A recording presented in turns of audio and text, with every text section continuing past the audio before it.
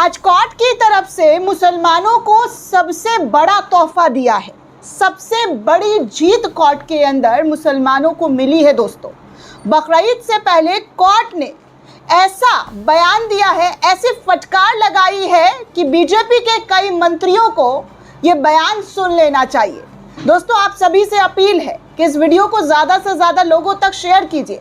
जो बुलडोज़र के नाम पर, स्पेशली उत्तर प्रदेश के योगी बाबा जो बुलडोज़र के नाम पर अपनी पीठ थपथपाते हैं, अपनी कॉलर ऊंची करते हैं, वो महाराष्ट्र हाई कोर्ट के इस बयान, इस फैसले को ध्यान से सुन ले। बुलडोज़र की राजनीति योगी आदित्यनाथ के लिए सही होगी, लेकिन इस देश की आवाम के लिए नहीं। आज बुलडोज़र की कार्रवाई की वजह से हिंदू क्या मुसलमान हर कोई परेशान है। जो मोदी भक्ति, जो बीजेपी भक्ति थी ना, उनके घरों पर भी अब बुलडोज़र चल रहा है, तो उनकी सारी भक्ति ख़त्म हो जा रही है। अब ऐसे में दोस्तों, मुसलमानों को लेकर जो बुलडोज़रकरण किया जाता है, बार बार उनके घरों को अवैध बताकर उनके घरों को तोड़ दिया जाता है, उन पर जुल्म सितम ढाया जाता है, ये बीते कई सालों से आप देख रहे हैं। हम आपको दिखा रहे हैं कि देश के कई राज्यों में बुलडोज़र के नाम पर तानाशाही वाला जो फरमान है वो जारी कर दिया जाता है, जिसके बाद कोर्ट फटकार लगाती है। लेकिन उन फटकार को वो शायद सुन नहीं पाते हैं, उनको वो फटकार सुनाई नहीं देती है। लेकिन एक बार फिर से, जी हाँ दोस्तों, पत्रकारों का काम होता है सरकार से सवाल पूछना, सरकार की गलतियों पर आईना दिखाना। ये नहीं कि झालमुड़ी खा रही थी और ये जला रही थी, फलाना कर रही थी, ढिमकाना कर रही थी। ये नहीं कि भक्ति में लीन होकर मोदी मोदी कर रही थी। कोई तो मोदी कश्यप, पता नहीं क्या क्या हो चुका है इस देश की पत्रकारिता में, आप सभी को अच्छे से पता है। लेकिन पत्रकारिता वही होती है दोस्तों, जो सत्ता से बिना डरे, बिना किसी दबाव में डटकर सवाल पूछे। और आज मैं योगी आदित्यनाथ से सवाल पूछती हूँ, उनको दिखाना चाहती हूँ कि आप देखिए, ये भी इस देश का कानून है, ये भी इस देश के कानून के ज़रिए दिए गई टिप्पणियाँ है, बयान है, फटकार है। और आपको इस फटकार को शायद सुनाई नहीं दे रहा होगा, क्योंकि आप जिस तरीके की उत्तर प्रदेश के अंदर राजनीति कर रहे हैं, वो राजनीति आपको भा रही होगी। लेकिन देश के कई कोने में इस राजनीति पर ऐतराज़ जताया जा रहा है, और उनमें से भाजपा शासित ही राज्य महाराष्ट्र है। और महाराष्ट्र हाई कोर्ट के ज़रिए, जी हाँ, बॉम्बे हाई कोर्ट के ज़रिए बेहद सख्त टिप्पणी की गई है, बेहद सख्त टिप्पणी। समझ रहे हैं दोस्तों, सख्त से भी सख्त टिप्पणी की गई है। आज सुनवाई करते हुए, जी हाँ, आज सुनवाई करते हुए एक मामले की हाई कोर्ट ने छत्रपति संभाजी नगर निगम को आड़े हाथों ले लिया। हाई कोर्ट ने कहा कि महाराष्ट्र में उत्तर प्रदेश या बिहार की तरह बुलडोज़र संस्कृति को लाना सही नहीं है। जी हाँ, कोर्ट ये भी मान रहा है कि उत्तर प्रदेश और बिहार के अंदर बुलडोज़रकरण जो हो रहा है, वो महाराष्ट्र के अंदर लाकर आप सही नहीं करेंगे, सही नहीं है। ऐसी कार्रवाई सही नहीं हो सकती है।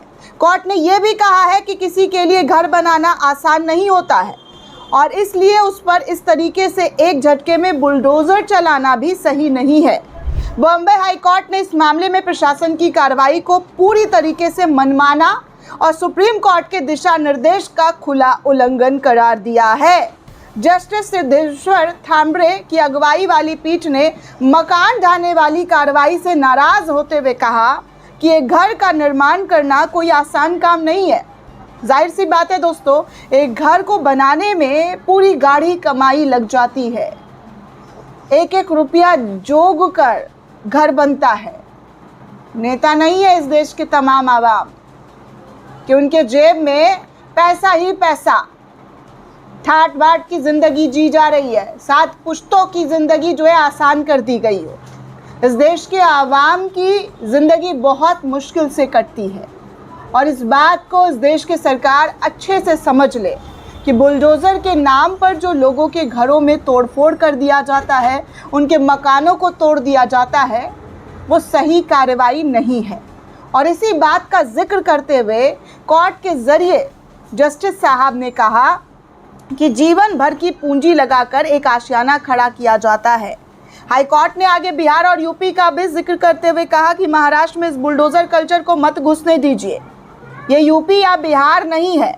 दरअसल दोस्तों ये मामला AIMIM पार्षद मतीन पटेल और स्थानीय निवासी हनीफ खान से जुड़ी संपत्तियों को ढाने से जुड़ा हुआ था। छत्रपति संभाजी नगर निगम में बीते 13 मई को इसकी संपत्तियों पर बुलडोजर चला दिया गया था, जिसके बाद पीड़ित परिवार ने पक्ष में अपने हाईकोर्ट का दरवाज़ा खटखटाया और सुनवाई के दौरान कोर्ट ने पाया कि प्रशासन ने इस कार्रवाई के दौरान नियमों की पूरी तरीके से धज्जियां उड़ाई। जो नियम कानून बनाए गए थे ना बुलडोजर को लेकर, उस दिशा निर्देश गाइडलाइंस को पूरी तरीके से साइड करके, नज़रअंदाज करके, ताक पर रख कर ये कार्रवाई हुई। बॉम्बे हाई कोर्ट ने नोट किया है कि इस पूरे मामले में ज़रूरी सुरक्षा उपायों का पालन नहीं किया गया था। आपको बता दूं कि सुप्रीम कोर्ट के निर्देश है कि किसी भी संपत्ति को ढाने से पहले मालिक को 15 दिन की अनिवार्य नोटिस दी जानी ज़रूरी है, ताकि वो अपना पक्ष रख सके, अदालत से स्टे ले सके।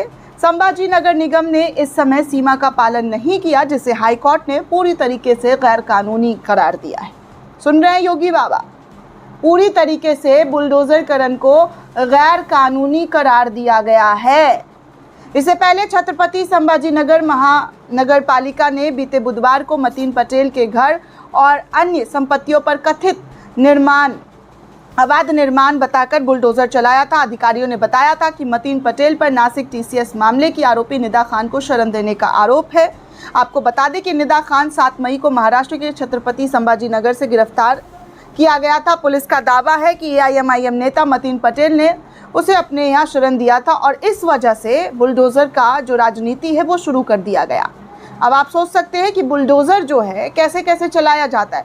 अपराधियों का तय भी नहीं होता है कि कोर्ट में उन अपराधियों को जो है सज़ा सुना दी जाती है।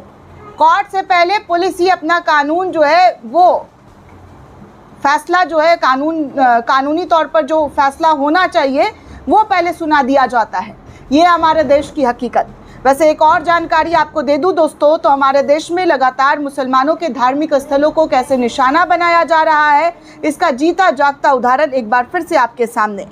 अजमेर दरगाह के बाद अब 2.5 दिन का झोपड़े पर भी हिंदूवादी संगठन की टेढ़ी नज़र है। वो मांग कर रहे हैं यहाँ पर पूजा करने की इजाज़त जो है उनकी तरफ से मांगी गई है। दरअसल हिंदू संगठन से जुड़े कार्यकर्ताओं ने पूरे देश में इस वक्त हंगामा मचा रखा है। इस बीच राजस्थान में मौजूद अजमेर दरगाह को हिंदू संगठन ने कुछ दिन पहले, आपको याद होगा कि दावा किया था कि वो एक मंदिर है और दरगाह का सर्वे को लेकर कोर्ट का भी रुख किया गया था। अब हिंदूवादी संगठन के कार्यकर्ताओं ने 2.5 दिन के झोपड़े को भी मंदिर बता दिया है। वहाँ हनुमान चालीसा पढ़ने के पाठ की इजाज़त मांगी है। महाराणा प्रताप सेना के संस्थापक अध्यक्ष राजवर्धन सिंह परमार ने संगठन के सदस्यों के साथ मिलकर 2.5 दिन का झोपड़े पर हनुमान चालीसा पढ़ने का पाठ जो है वो आयोजित करने की अनुमति मांगते हुए जिला प्रशासन को एक आवेदन पत्र सौंप दिया है। इस आवेदन में जमा होने के बाद प्रशासनिक और पुरातात्विक दोनों ही स्तरों में गतिविधियां तेज हो गई है। संगठन की ओर से जिला कलेक्टर को दिए गए पत्र में कहा गया है कि ये कार्यक्रम धार्मिक आस्था और संकल्प को व्यक्त करने के लिए उद्देश्य से आयोजित किया जाना चाहिए। सोचिए दोस्तों, कोई ऐसी चीज़ है जिस पर इन लोगों के ज़रिए दावा नहीं ठोका जा रहा है। अभी भोजशाला का मामला आप सुन ही चुके हैं। मध्य प्रदेश हाई कोर्ट ने क्या फैसला सुनाया है, कैसे एक मस्जिद को मंदिर बताकर पूरी तरीके से उसको सौंप दिया गया है।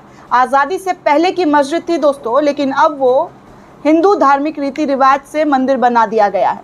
हालांकि इस पूरे मामले को लेकर सुप्रीम कोर्ट जाने की मुस्लिम पक्ष के जरिए बातें कही गई है कि वो ये पूरा मामला सुप्रीम कोर्ट लेकर जाएंगे। दोस्तों ये पूरी रिपोर्ट आपको कैसी लगी हमें कमेंट करके ज़रूर बताइएगा। साथ ही साथ चैनल को ज़्यादा से ज़्यादा लाइक, शेयर और सब्सक्राइब करना